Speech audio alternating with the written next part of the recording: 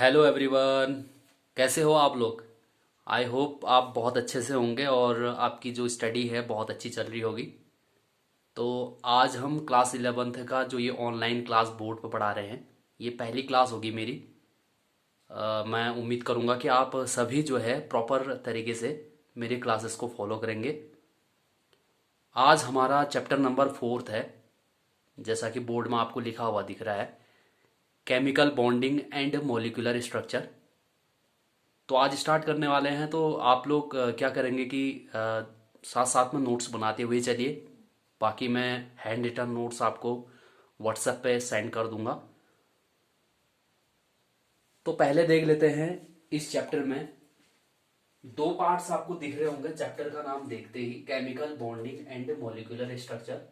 तो सबसे पहले हम समझेंगे कि केमिकल बॉन्डिंग क्या चीज है। जैसे ही केमिकल बॉन्डिंग हमें समझ में आ जाएगी तो हम स्टार्ट करेंगे मॉलिक्यूलर स्ट्रक्चर। तो एक बार सबसे पहले देख लेते हैं कि इस चैप्टर में हम क्या क्या चीजें डिस्कस करने वाले हैं। तो एट फर्स्ट वैलेंसी। ठीक है, वैलेंसी के बारे में पढ़ेंगे। जैसे ही वैलेंसी के बारे में कंसेप्ट क्लियर हो जाएगा तो हमको पता चल जाएगा कि कोई भी molecule, why do atoms combine, यानी कि कोई भी एटम्स क्यों कंबाइन होते हैं, ये तभी पता चलेगा जब हमें वैलेंसी के बारे में डिटेल से मालूम हो। फिर उसके बाद हम पढ़ेंगे केमिकल बॉन्डिंग। जैसे कि आप लोगों को यहाँ पर दिख रहा है, इसको क्लासिफाई करके मैंने इस तरीके से इसको बता रखा है। तो केमिकल बॉन्डिंग सेकेंड टॉपिक होने वाला है। जैसे ही केमिकल बॉन्डिंग मालूम चल जाएगी हम लोगों को, तो हमें मॉलिक्यूल्स के बारे में पता चल जाएगा, क्योंकि केमिकल बॉन्डिंग के बाद ही मॉलिक्यूल बनते हैं। ठीक है, तो मॉलिक्यूल के बारे में पता चल जाएगा। तो उस मॉलिक्यूल की ज्योमेट्री कैसी है, या उस मॉलिक्यूल का जो शेप है वो किस तरीके का है, उसे डिसाइड करने के लिए कुछ थ्योरीज आएंगी। ठीक है, कुछ थ्योरीज आएंगी। उसमें से पहली थ्योरी जो आप पढ़ने वाले हो, VSEPR। ठीक है, इसका फुल फॉर्म जिस समय हम डिस्कस करेंगे तो उसी समय देख लेंगे। और फिर उसके बाद पढ़ेंगे हम ओवरलैपिंग ऑफ ऑर्बिटल्स। ठीक है, एटॉमिक ऑर्बिटल्स के बारे में मैंने एटम्स वाले चैप्टर में आप लोगों को पढ़ा रखा है, तो आपको पता होना चाहिए। नहीं है तो आप एक बार स्टडी कर लीजिए कि ऑर्बिटल्स क्या चीज होती हैं। ऑर्बिटल्स के ओवरलैपिंग से ही हमारे सिग्मा एंड पाई बॉन्ड्स बनते हैं। तो जस्ट VSEPR के बाद यही चीजें पढ़नी है हमने। उसके बाद वैलेंस बॉन्ड थ्योरी। देखो, क्योंकि VSEPR फेल हो जाता है तो मॉलिक्यूलर स्ट्रक्चर को समझाने के लिए एक नई थ्योरी आती है, वैलेंस बॉन्ड थ्योरी। ये भी नहीं समझा पाता है एक्चुअल स्ट्रक्चर किसी भी मॉलिक्यूल का, तो मॉलिक्यूलर ऑर्बिटल थ्योरी आती है। ठीक है, बहुत ज्यादा इंपॉर्टेंट टॉपिक है ये हमारे। फिर उसके बाद आपका हाइब्रिडाइजेशन आएगा। ये भी जनरल ऑर्गेनिक केमिस्ट्री में अगर देखा जाए तो इसका बहुत ज्यादा इंपॉर्टेंट रोल होता है हाइब्रिडाइजेशन का। तो इसके बारे में पढ़ेंगे। फिर लास्ट में रेजोनेंस पढ़ेंगे।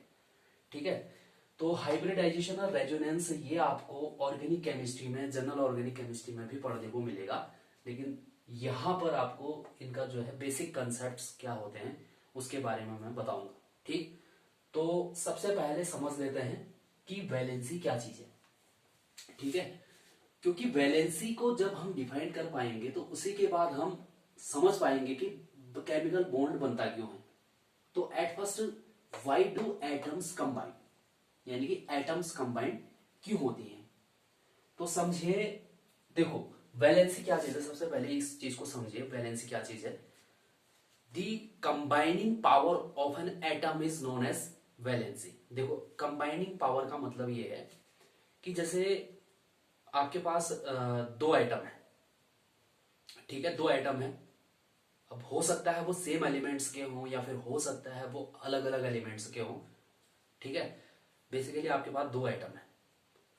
तो होगा क्या कि जो ये एटॉमिक सिस्टम है आपके पास, ये तभी स्टेबल होगा। ठीक है, क्योंकि कोई भी सिस्टम है ना, वो सिस्टम अल्टीमेटली चाहता है कि वो स्टेबल हो जाए। अब स्टेबल होने का मतलब क्या है कि वो अपनी एनर्जी को लॉस करे। क्योंकि नेचर में कभी भी क्या होता है कि कोई भी सिस्टम अगर है, अगर उसको स्टेबिलिटी गेन करनी है तो वो सबसे पहले क्या करेगा, अपनी एनर्जी को लूज करेगा। तो यहां पर भी यही होता है, जब एटम्स अपने, जैसे फ्री स्टेट में अगर कोई भी एटम है, मान लो सोडियम का एग्जांपल लो। जैसे ये सोडियम है। ठीक है। अगर सोडियम का एग्जाम्पल लेते हो तो देखो ये अपने नेचुरल स्टेट में है यहां पर। अगर इसका एटॉमिक स्ट्रक्चर अगर तुम बनाओगे, देखो ये न्यूक्लियस हो गया और सबसे अंदर वाले ऑर्बिट में इसके 2 इलेक्ट्रॉन होते हैं और उसके बाद देखो यहां पर 8 इलेक्ट्रॉन हो गए, 2 3 4 5 6 एंड 7 एंड 8 और लास्ट ऑर्बिट में इसका होता है 1 इलेक्ट्रॉन। क्यों? क्योंकि 11 होता है ना इसका एटॉमिक नंबर। तो इस तरीके से, तो अब देखो इसकी वैलेंसी से क्या मतलब है। अगर मैं Na की वैलेंसी की बात करूं, सोडियम की वैलेंसी की बात, तो होगा क्या? सबसे पहले ये जो है स्टेबल नहीं है अभी। क्यों नहीं स्टेबल है? क्योंकि इसका जो ये लास्ट ऑर्बिट है ना, इसमें ऑक्टेट पूरा नहीं है। ठीक है, अब ये ऑक्टेट पूरा होना जरूरी है। किसी भी एलिमेंट को स्टेबल होने के लिए ऑक्टेट का होना जरूरी है या नहीं है। ठीक है, तो इसके बारे में बहुत सारे साइंटिस्टों ने बहुत लंबे समय तक एक्सपेरिमेंट किया। ठीक है, इसमें से बहुत सारे कौशल करके एक साइंटिस्ट हुआ करते थे। ऐसे बहुत सारे साइंटिस्ट हैं जिन्होंने वैलेंसी के बारे में बहुत ज्यादा स्टडी करी। तो यहां पर हमें ये देखने को मिला कि ये जो सोडियम है ये तभी स्टेबल होगा जब इसका इलेक्ट्रॉनिक कॉन्फ़िगरेशन, ठीक है, अगर तुम इलेक्ट्रॉनिक, ऐसे तो मैंने जो ये बोहर्स मॉडल है उसके अकॉर्डिंग ये एटॉमिक स्ट्रक्चर बनाया है। अगर आप बाउ के अकॉर्डिंग अगर इसका इलेक्ट्रॉनिक कॉन्फ़िगरेशन करोगे तो ये आएगा आपका, देखो कैसे, ध्यान देना, 11 है तो 1s2 2s2 2p6, देखो उसके बाद कितना आएगा 4s1 4s1। ठीक है, अब देखो यहां पर देखो सोडियम का आपका ये आपका इलेक्ट्रॉनिक कॉन्फ़िगरेशन आया। ठीक है, अगर पीरियोडिक टेबल में आप लोग देखोगे, पीरियोडिक टेबल में अगर तुम देखोगे इस सोडियम, ये सोडियम है ना, इसके नियरेस्ट नोबल गैस को देखो। क्योंकि यहां से यहां तक अगर इसका इलेक्ट्रॉनिक कॉन्फ़िगरेशन देखोगे तो ये एक नोबल गैस का इलेक्ट्रॉनिक कॉन्फ़िगरेशन देखो। ये जो नोबल गैस है ये है कौन सा वाला गैस है, कौन सी गैस है, तो ध्यान दो। सबसे पहले आप पीरियोडिक टेबल को देखो और पीरियोडिक टेबल में ये चेक करो कि जो सोडियम से जस्ट पहले पहले ये एटम है आपका, इसका कौन सा है यहां पर, तो नियोन का इलेक्ट्रॉनिक कॉन्फ़िगरेशन होता है। ठीक है, तो कोई भी एटम तभी स्टेबल होता है, ठीक है, जब उसका इलेक्ट्रॉनिक कॉन्फ़िगरेशन किससे मैच हो जाए, नियरेस्ट नोबल गैस से, नियरेस्ट नोबल गैस से। अब ऐसा क्यों, नियरेस्ट नोबल गैस से क्यों मैच होना चाहिए? क्योंकि हमने देखा है नेचर में सबसे ज्यादा स्टेबल कौन होता है, नोबल गैसेस। वो इतने ज्यादा स्टेबल होते हैं कि किसी और उससे रिएक्शन करने की उनको जरूरत ही नहीं पड़ती। इसीलिए आपने जितने भी रिएक्शन आप देखोगे केमिस्ट्री में, वहां पर आपको नोबल गैसेस का कोई भी रिएक्शन देखने को नहीं मिलेगा। क्यों? क्योंकि वो खुद में बहुत ज्यादा स्टेबल होते हैं और नेचर में अगर कहीं पर वो एग्जिस्ट करते हैं तो वो फ्री स्टेट में एग्जिस्ट करते हैं। भले कम अमाउंट में वो एग्जिस्ट करते हैं, बट ऐसा है कि वो फ्री स्टेट में वो एग्जिस्ट करते हैं। कारण क्या है? कारण उनका यही है क्योंकि उनका जो इलेक्ट्रॉनिक कॉन्फ़िगरेशन है वो स्टेबल होता है।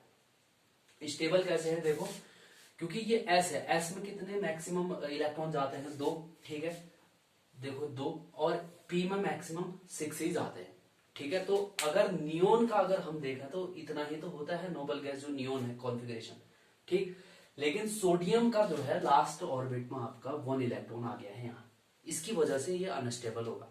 ठीक है, अब अगर सोडियम को स्टेबल होना है तो इसको क्या करना पड़ेगा, ये जो एक इलेक्ट्रॉन है ना, इसको जो है इसको त्याग देना पड़ेगा। इसको मतलब ये कर देगा, Na जो है एक इलेक्ट्रॉन को रिमूव कर देगा अपने आप से, Na पॉजिटिव में कन्वर्ट हो जाएगा। अब ये जो है नोबल गैस आपका जो नियोन है उसके जैसा इसका इलेक्ट्रॉनिक कॉन्फ़िगरेशन होगा।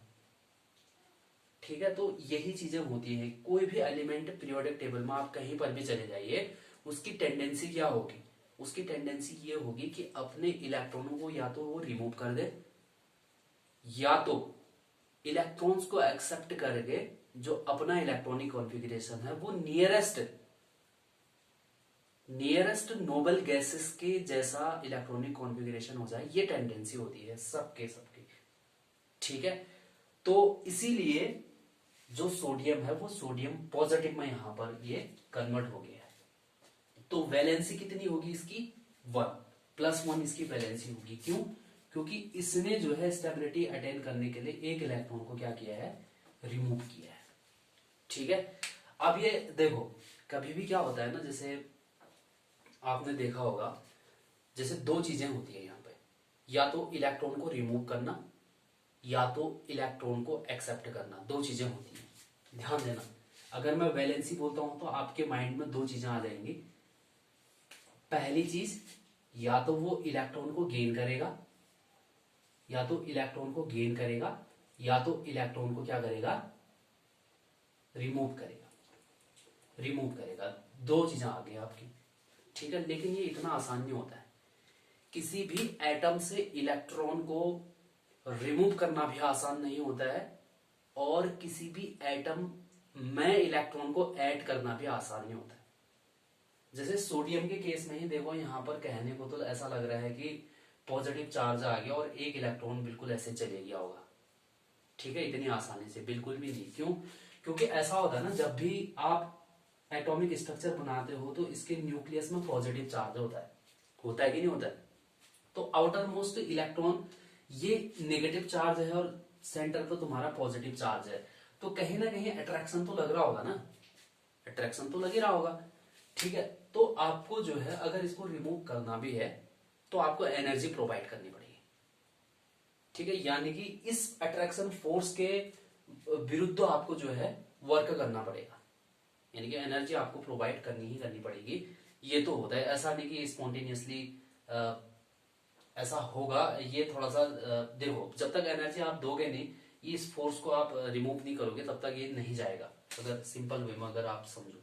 दूसरी चीज, अगर आप कभी क्या करते हो, इलेक्ट्रॉन को डालते हो, आप सोच रहे हो कि नहीं, आउटर मोस्ट ऑर्बिट में हम लोग क्या करते हैं, इलेक्ट्रॉनों को डाल देते हैं। देखो, इलेक्ट्रॉन गेन एंथैल्पी नाम की भी कोई चीज होती है। ये ना तो स्पॉन्टेनियसली इलेक्ट्रॉन रिमूव करेगा और ना ही ये इलेक्ट्रॉनों को एक्सेप्ट करेगा। क्योंकि इलेक्ट्रॉन को एक्सेप्ट करने के लिए भी अगर एक इलेक्ट्रॉन फालतू का आपने यहाँ पर जोड़ दिया, ठीक है, क्योंकि आपको पता है कि कोई भी जो एटम है वो इलेक्ट्रिकली न्यूट्रल होता है, यानी कि उसमें जितने नेगेटिव चार्ज हैं उतने ही पॉजिटिव चार्ज भी रहते हैं, यानी कि जितने इलेक्ट्रॉन उतने ही प्रोटॉन। लेकिन अगर यहाँ पर 11 सोडियम का एटॉमिक नंबर 11 कह रहे हैं, तो इसका मतलब क्या है कि जो सोडियम है उसमें 11 इलेक्ट्रॉन भी है और 11 प्रोटॉन भी है। तो 11 इलेक्ट्रॉन जो है, इलेक्ट्रॉन प्रोटॉन को वैलेंस, यानी कि 11 जो प्रोटॉन होते हैं वो 11 इलेक्ट्रॉन्स को बैलेंस करेंगे, लेकिन हमने एक एक्स्ट्रा इलेक्ट्रॉन यहां पर जोड़ दिया। बताओ, अब 11 जो यहां पर प्रोटॉन्स हैं उनको जो है 12 इलेक्ट्रॉन्स को बैलेंस करना पड़ेगा, तो ये थोड़ा सा टफ हो जाएगा ना। ठीक है, तो इसलिए इतना आसान नहीं होता है कहने को कि किसी भी एटम में इलेक्ट्रॉन को गेन करना या रिमूव करना इतना आसान होता नहीं है। ठीक है, तो इसको आसान बनाने के लिए ये क्या करता है, ये करता है बॉन्डिंग। बॉन्डिंग के थ्रू ये अपना ऑक्टेट पूरा करता है। ऐसा नहीं है कि बस फ्री का इलेक्ट्रॉन कहीं से मिल गया इसको और उसको एक्सेप्ट कर लेगा, ऐसा बिल्कुल भी नहीं होता है। ध्यान देना, जो चीज मैंने कहा उस चीज को बड़े ध्यान से समझना।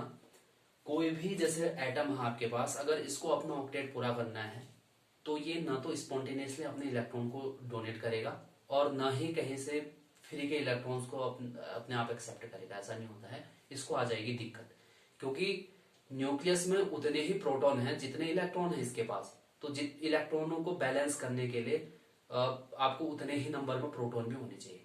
क्योंकि आपने पढ़ा है कि जो एटम है वो ओवरऑल क्या होता है, इलेक्ट्रिकली न्यूट्रल होता है, यानी कि जितने पॉजिटिव चार्ज उतने निगेटिव चार्ज।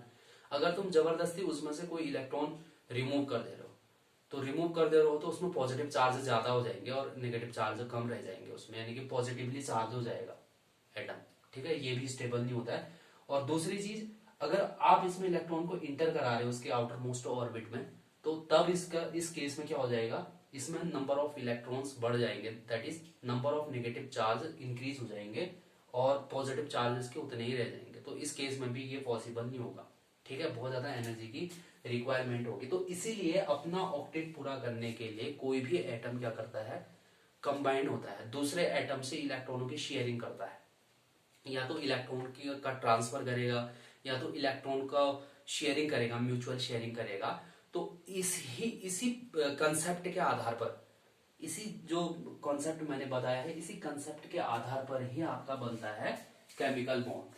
ध्यान देना, केमिकल बॉन्ड बनने का यही रीजन है, ठीक है। बाकी वैलेंसी को अगर डिफाइन करें तो वही चीज है, अपने आउटर मोस्ट ऑर्बिट में इलेक्ट्रॉन का जो ऑक्टेट है उसको पूरा करने के लिए, ऑक्टेट को पूरा करने के लिए वो कितने इलेक्ट्रॉनों को डोनेट कर रहा है या फिर कितने इलेक्ट्रॉनों को गेन कर रहा है, वही उसका बैलेंसिंग कहलाएगी।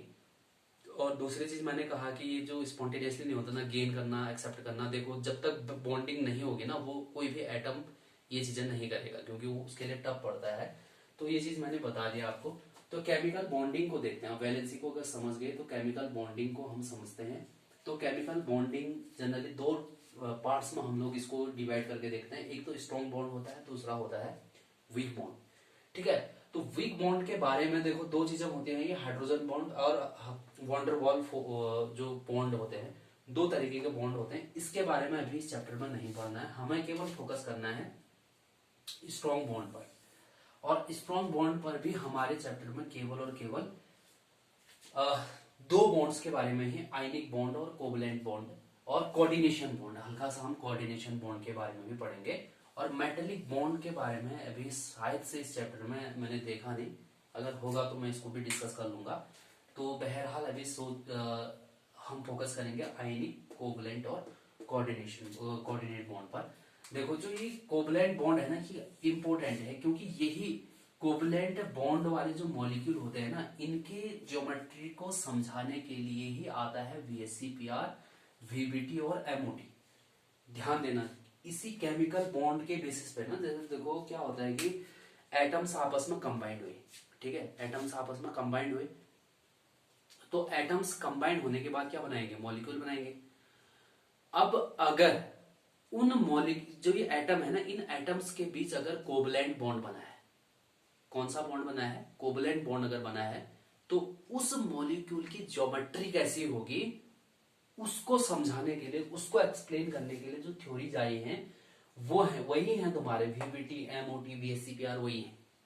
तो ध्यान देना, ये हमारे लिए इंपॉर्टेंट है, कौन सी बॉन्डिंग, कोवलेंट बॉन्डिंग, ठीक है। और आयनिक बॉन्ड सबसे पहले तो हम पढ़ेंगे इसको, आयनिक बॉन्ड के बारे में ही पढ़ना है, ठीक। यानी कि जैसे Na पॉजिटिव और Cl नेगेटिव, आपका ध्यान दिया होगा आपने, Na पॉजिटिव और Cl नेगेटिव बन करके क्या बनाते हैं, NaCl बनाते हैं, ठीक है। और जनरली जो ये NaCl होता है ना, वो होता है क्रिस्टल फॉर्म में। अब ये क्रिस्टल क्या होते हैं अभी मैं बताऊंगा, क्योंकि देखो जो NaCl है ना, ये NaCl एक सिंगल मॉलिक्यूल ना होकर के क्या होता है कि एक क्रिस्टल के फॉर्म में ये मिलते हैं, क्योंकि जो आयनिक कंपाउंड होते हैं ये मिलते हैं क्रिस्टल के फॉर्म में। अब मैं अगर इसको थोड़ा सा एक्सप्लेन कर दूं तो किस तरीके से होता है, देखो अगर मैं Na पॉजिटिव को छोटा सा बना दूं, ये पॉजिटिव है, और ये वाला Cl नेगेटिव है, ये नेगेटिव आयन है, और ये पॉजिटिव आयन है, ये पॉजिटिव आयन है, ये नेगेटिव आयन है, ठीक है। ये यानी कि NaCl को मैंने कुछ इस तरीके से दिखाया। अब क्या होगा, क्योंकि जब आपके बहुत सारे NaCl बनेंगे ना, बहुत सारे मॉलिक्यूल अगर NaCl के बनेंगे तो वो किस तरीके से अरेंज रहेंगे, देखो ये एक पहला मॉलिक्यूल तो ये हो गया NaCl, पहला मॉलिक्यूल ये हो गया। अब सेकेंड जो मॉलिक्यूल है ना, इसके सामने अगर आएगा तो ये नेगेटिव पार्ट इस पॉजिटिव पार्ट के नजदीक आएगा, और इस नेगेटिव पार्ट के नजदीक कौन आएगा, पॉजिटिव चार्ज आएगा, ठीक है। ये नेगेटिव चार्ज, ये पॉजिटिव चार्ज। अब देखो ऐसे ही तीसरा मॉलिक्यूल अगर अरेंज होना चाहता है तो यहां पर नेगेटिव चार्ज, यहां पर पॉजिटिव चार्ज, देखो तो इस तरीके से क्या होता है, पूरे 3 डायमेंशन में ये अरेंज्ड रहते हैं, यानी कि पॉजिटिव और नेगेटिव आयन एक दूसरे के ऊपर 3D वे में, 3D का मतलब 3 डायमेंशन, जैसे हाइट है ना, लेंथ, ब्रेथ, सब इस तरीके से 3 डायमेंशन में ये अरेंज्ड रहते हैं। तो बाकी मैं अभी फिगर बनाता हूं इसके लिए, तो समझ आ जाएगा कि किस तरीके से कोई क्रिस्टल बनता है, ठीक है। तो समझ लेना, जो पहला हमारा हेडिंग होने वाला है, अब कौन सा होने वाला है, आयनिक बॉन्ड, ठीक है। और ये बॉन्ड जनरली देखो, बॉन्ड क्यों बनता है, the attraction force which holds together the constituent, जो पार्टिकल्स हैं, जैसे एटम है, आयन है, मॉलिक्यूल्स है, in a chemical species is known as chemical bond. ठीक है, यानी कि केमिकल बॉन्ड क्या चीज है, जैसे आपके दो एटम है, ठीक है, ये दो एटम है या आयन है, मॉलिक्यूल जो भी है, ये दो चीजें आपस में क्या होगी, कंबाइंड होगी। देखो कंबाइंड क्यों होंगी, थ्रू अ अट्रैक्शन फोर्स, क्योंकि दो चीजें आपस में अगर जोड़ ली हैं तो क्यों जोड़ ली हैं, क्योंकि उनके पास क्या लगेगा, एक अट्रैक्शन फोर्स लगेगा। अगर रिपल्सन लगेगा तो रिपल्सन से तो वो एक दूसरे के करीब आएंगे ही नहीं, तो रिपल्सन का कोई मतलब नहीं है। यहां पर जनरली दो मॉलिक्यूल्स आपस में जब अट्रैक्शन फोर्स के थ्रू अटैच होंगे तो तभी एक chemical, proper chemical bond form होता है। ठीक।